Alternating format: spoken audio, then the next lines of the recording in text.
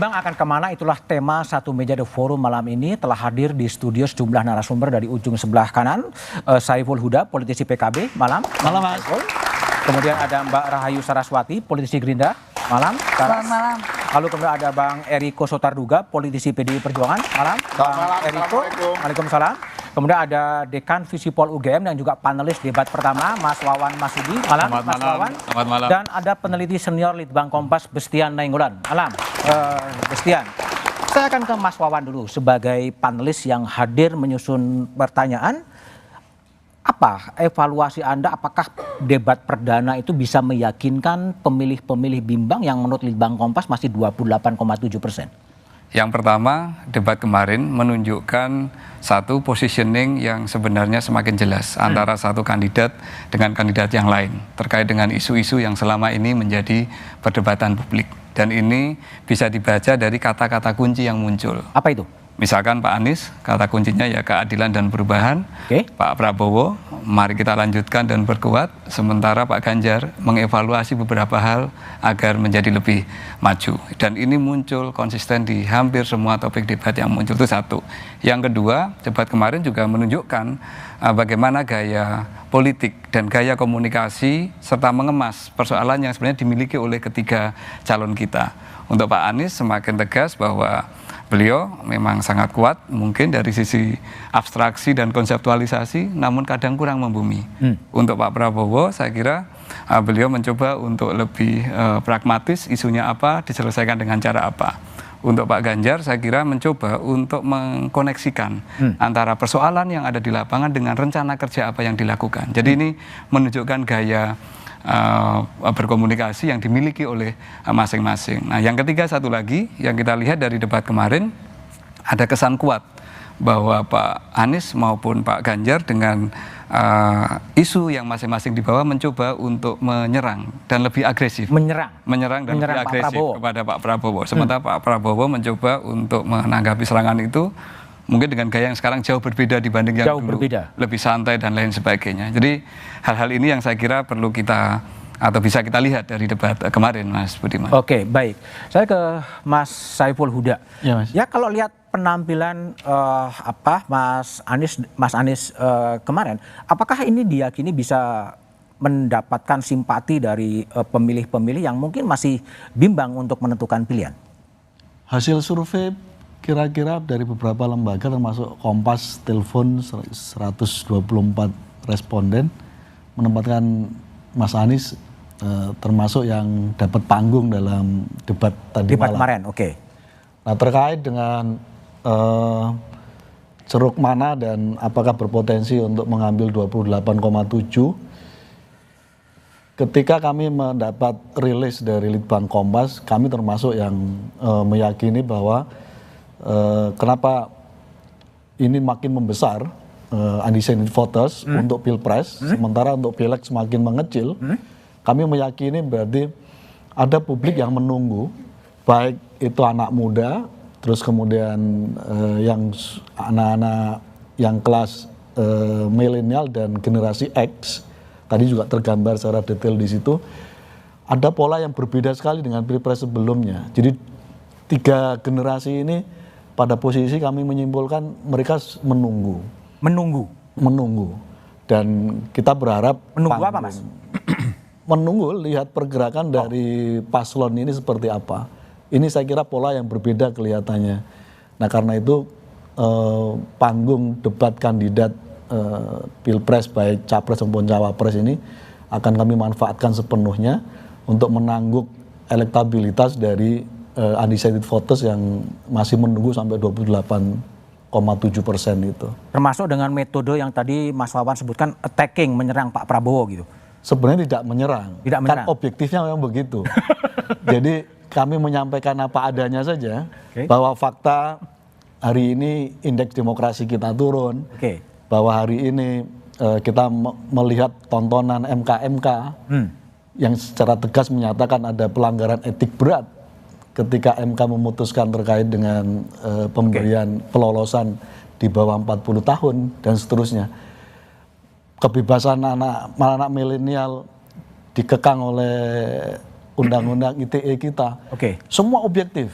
Objektif. Soal HAM Ada juga ya? objektif juga. Oke, baik. Mbak Saras, apakah memang panggung kemarin kampanye debat perdana itu memang merasa tadi ada serangan kepada Pak Prabowo gitu dengan isu MK, dengan isu soal hak asasi manusia? Justru kalau melihat hasil survei yang keluar beberapa waktu pas menjelang debat, kami akan sangat kaget kalau justru tidak diserang. Oh, tidak serang. Sudah yakin bakal diserang? Sudah yakin bakal diserang. Oke. Karena memang ya kita semua, ini kan bukan hal yang pertama. Saya sebagai milenial udah 3 kali, 4 kali ikut pemilu.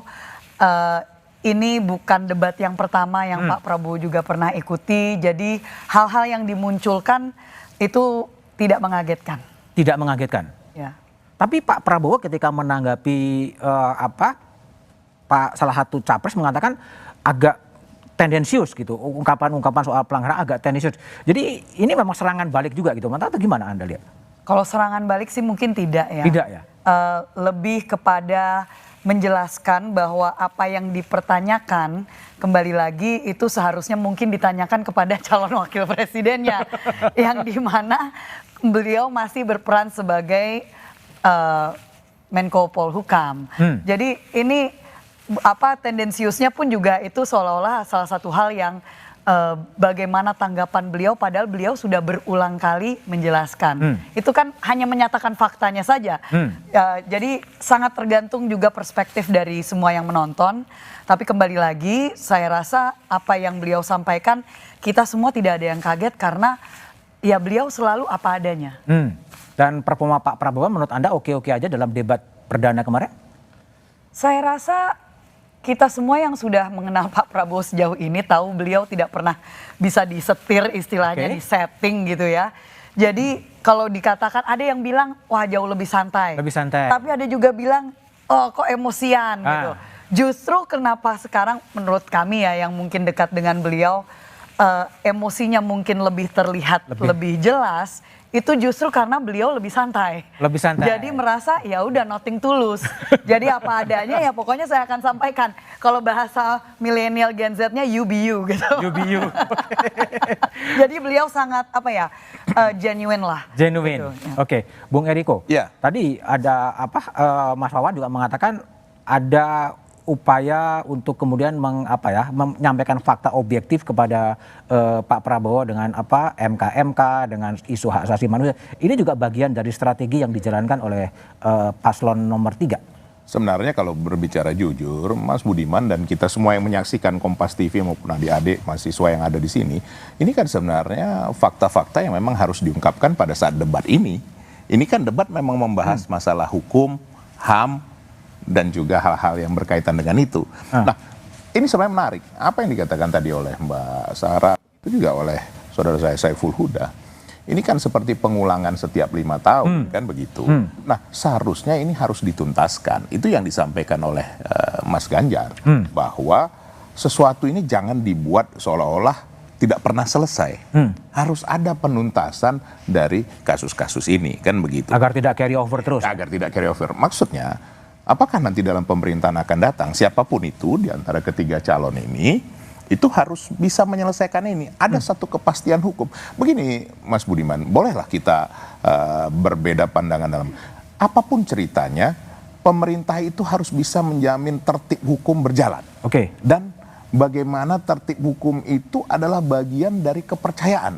Kepercayaan bagi yang di dalam katakan di dalam negeri maupun yang dari luar negeri. Karena kalau ini tidak tuntas, itu yang membuat setiap orang ragu-ragu. Tapi gini, Bang Eriko, apakah memang ada kesan bahwa Mas Ganjar memang main aman ya? Karena memang tadi ya Mbak Saras katakan yang menjadi cawapres dari Mas Ganjar adalah Mahfud yang sekarang berada di Menko Polhukam gitu. Sehingga agak susah untuk... Nah tadi kan kalau kita lihat, coba nanti diputar kembali kan disinggung tahun 2009 kan.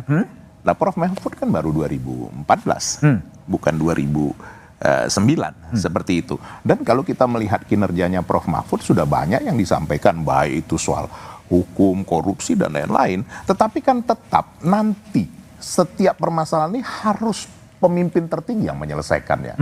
Nah nanti pemerintahan akan datang. Katakan kalau kami meyakini Mas Ganjar, beliau berani menyampaikan dengan tegas akan menyelesaikan hal ini. Oke. Apapun konsekuensinya. Itu akan. Ini penting sekali karena kenapa? Jangan hal-hal ini berulang lagi. Betul tadi yang dikatakan Mbak. Jadi ritual Masa 5 setiap tahunan 5 ya? tahun itu lagi yang disinggung. Masa setiap 5 tahun itu lagi yang disinggung. Lah, katakan kalau nanti misalnya lah katakan sekarang belum, Pak Prabowo nanti 5 tahun lagi maju lagi terus nanti itu disinggung lagi, kan itu kan tidak baik juga. Artinya begini, itu bukan suatu hal yang kita senang untuk misalnya itu terus yang terjadi. Isunya. Iya, Oke. ini harus dituntaskan dan bukan hanya soal kasus HAM, Pak Prabowo atau lain-lain. Semuanya itu yang disampaikan oleh Oke. Mas Ganjar. Baik, tapi yang menjadi pertanyaan publik adalah undecided voters yang 28,7% itu akan lari kemana dan bagaimana penjelasannya, tetaplah di satu meja setelah jeda berikut ini.